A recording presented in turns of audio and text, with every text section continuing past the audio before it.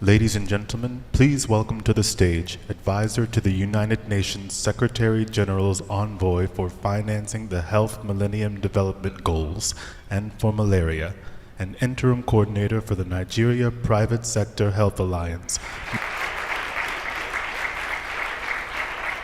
There is a goal, and which is to eradicate disease, and which is to achieve, if you like, the three MDG health-related goals.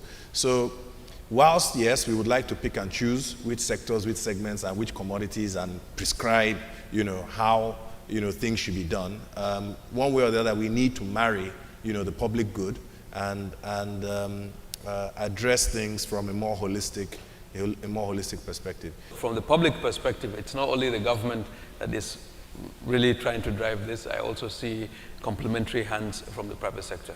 The Saving 1 Million Lives initiative actually is one of those platforms for us to mobilize, to create a movement around improving health outcomes in Nigeria. And the whole idea in Nigeria seems to be, from the private sector point of view, that we are seeing very serious progress being made by our government. The private sector likes to be, associated with success and with excellence, and is doing, and indeed the government is doing some pretty interesting things. Let's make this engagement between the private sector, the public sector, and of course even the civil society much more structured, and let's do it in an enduring and sustainable fashion. And so we brainstormed a bit and decided to put together a strategy, and very exciting things are beginning to take place. Malnutrition is a detractor of the human capital pool that we have. The cognitive deficit accruing to our economy because of malnutrition is significant. So to deal with it has an advantage for overall economic development, but the private sector also has an interest in ensuring that we have a healthy, capable workforce that will be employers, consumers in the future.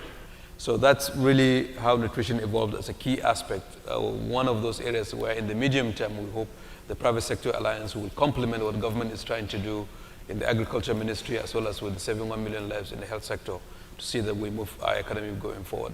So I think generally across the globe, the private sector is not as aware as it should be of how great, if you like, the business opportunities are in the various health value chains. If you look at investing in the health space, and if I'm looking at it like a finance person, it's almost like a blue ocean opportunity. You can pick and choose literally, where you want to play, and if you do it sensibly, it will be profitable. From the Nigerian Private Sector Health Alliance perspective, one of the things that we set out to do is to create a marketplace, if you like, for networking, for education, and for mapping, if you like, what is happening in the Nigerian health environment. Indeed, actually, we had a discussion.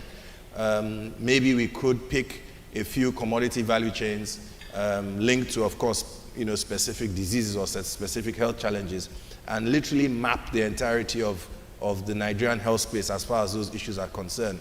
Who are the players? What are the issues? What are the geographies? What are the regulations around them, and so on. Innovative financing is also something that we've been talking about. If you have a hospital, and this is public sector funded or private sector funded in Nigeria, and you want to invest in health infrastructure and equipment, whatever it is, it's almost impossible to get financing for it, okay? And this is the issue of ignorance that I've been talking about. But the reality is that because obviously these items of equipment are in scarce supply, the demand is incredible. So whenever you put one of these machines somewhere, literally they pay for themselves in a very short space of time. So one of the things we are going to do is put in place an equipment financing scheme targeted at infrastructure for the health space. This is something that Access Bank is driving. We're sure that it's something that others are going to quickly jump on. The private sector has to understand much better the role and the relevance, if you like, of civil society. And that's one of my strong learning points. The innovations that we've tried to create in the health sector, the Saving 1 Million Lives, we've worked with many private entities, and we've found them very nimble and willing to innovate, to take risks that ordinarily from government it would be a little bit more difficult to take those risks. If you look at, for example, at malaria, and I look at this as if I look at this from a business perspective. I look at malaria, and at the end of the day, really, it's not that difficult. The demographic realities, the cultural realities, the sheer numbers we're dealing with, and other issues, and then, of course, the poverty factor makes it impossible for one person to try and solve the problem, even if you had all the money in the world. So partnerships are a necessary approach to dealing with this. And that goes to the issue of why the Health Alliance in itself is fundamental, because what the Health Alliance will try to do is to make these partnerships work. Create a structure, literally an enabling marketplace for partnerships to thrive.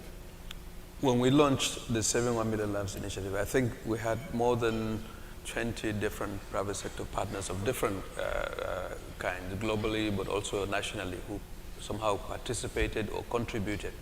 There's a lot of diversity, but each partner has something of value to offer. So it's identifying what is that of value and how do you harness it. And that's the role that government, I think, is uniquely positioned to convene in a country like ours.